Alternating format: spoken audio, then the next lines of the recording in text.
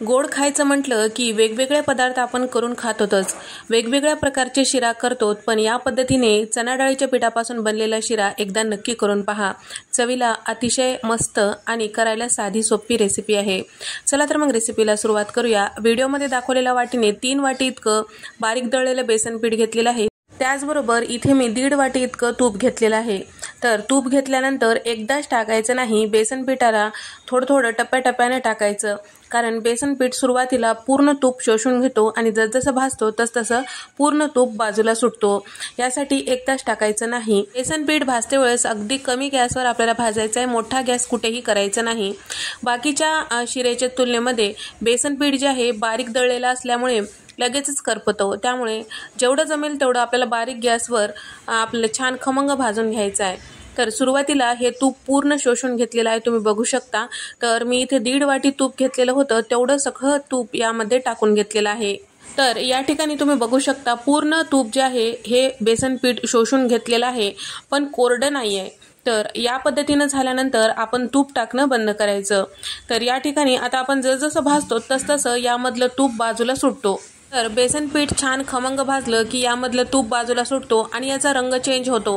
त्याचबरोबर याचा खमंगपणा घरभर पसरतो. यावरून आपलं बेसन पीठ छान खमंग भाजलं असं समजायचं. तुम्ही इथे बघू शकता रंग हलकंसं चेंज झालेला आहे आणि पीठ आपण जसजसं भाजून घेत आहोत तसतसं सैलसर होत आहे. एका ठिकाणी गोळा बनत नाही, म्हणजेच यामधलं तूप बाजूला सुटलेलं आहे. आता या ठिकाणी आपल्याला टाकायचं आहे यामध्ये दूध. दूध जे आहे एकदाच टाकायचं नाही, टप्प्याटप्प्याने यामध्ये टाकायचं. एकदाच टाकताल तर अंगावर शिंतोडे उडू शकतात. त्यासाठी टप्प्याटप्प्याने टाकायचं. सगळं छान व्यवस्थित मिक्स करायचं. यामध्ये पूर्ण दूध शोषून घेतल्यानंतर परत आपल्याला दूध टाकायचं, म्हणजे याचा गरमपणा कमी होतो आणि आपल्याला दूध टाकलं की छान व्यवस्थित मिक्स करता येतो. तर या ठिकाणी सगळं दूध मी मिक्स करून घेतलेलं आहे. तर साधारण 2.5 वाटी इतकं दूध टाकून घेतलेलं आहे. ज्या वाटीने आपण पीठ मोजून घेतलेलं होतं त्याच वाटीने 2.5 वाटी दूध टाकून घेतलेलं आहे. पूर्ण दूध यामध्ये छान व्यवस्थित मिक्स करून घ्यायचं. या पद्धतीने कोरडं करून घ्यायचं. त्यानंतर आपल्याला साखर टाकायचं आहे. तर या ठिकाणी बेसन पीठ जे आहे 3 वाटी घेतलेलं आहे, त्याच वाटीने 2.5 वाटी इतकं साखर टाकून घेतलेलं आहे. तुम्ही जर कमी गोड खात असाल तर 2 वाटी साखर टाकू शकता.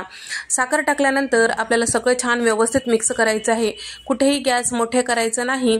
त्यानंतर हे सगळं छान व्यवस्थित मिक्स केलं की यामध्ये टाकायचं आहे ड्रायफ्रूट. ड्रायफ्रूटमध्ये काजू, किसमिस, बदाम इथे मी टाकलेलं आहे. तुमच्या आवडीनुसार तुम्ही पिस्ता सुद्धा टाकू शकता. याचं प्रमाण तुमच्या आवडीनुसार कमी जास्ती करू शकता. तर या ठिकाणी तुम्ही वेलची पावडर सुद्धा टाकू शकता. तर इथे मी सगळे ड्रायफ्रूट या पद्धतीने मिक्स करून घेतलेलं आहे. हवं तर तुम्ही तुपात सुद्धा तळून टाकू शकता, पण मी इथे शिजते वेळेसच टाकलेलं आहे. थोडंसं कच्चा फ्लेवर मला आवडतो म्हणून. तर सगळं छान व्यवस्थित मिक्स केलेलं आहे. तुम्ही बघू शकता कढईपासून थोडंसं वेगळं होत आहे. छान असं हे शिरा गोळा बनत गेलेला आहे, म्हणजे आपला शिरा छान असं तयार झालेला आहे. साखर सुद्धा छान असं व्यवस्थित विरघळल्या गेलेला आहे. याचा रंग तुम्ही बघू शकता. मस्त असा आपला बेसन पिठाचा हलवा तयार झालेला आहे. व्हिडिओ आवडल्यास व्हिडिओला लाईक करा, चॅनलला सबस्क्राईब करा आणि तुम्हाला हा व्हिडिओ कसा वाटला नक्की कमेंट करून सांगा. अशाच मस्त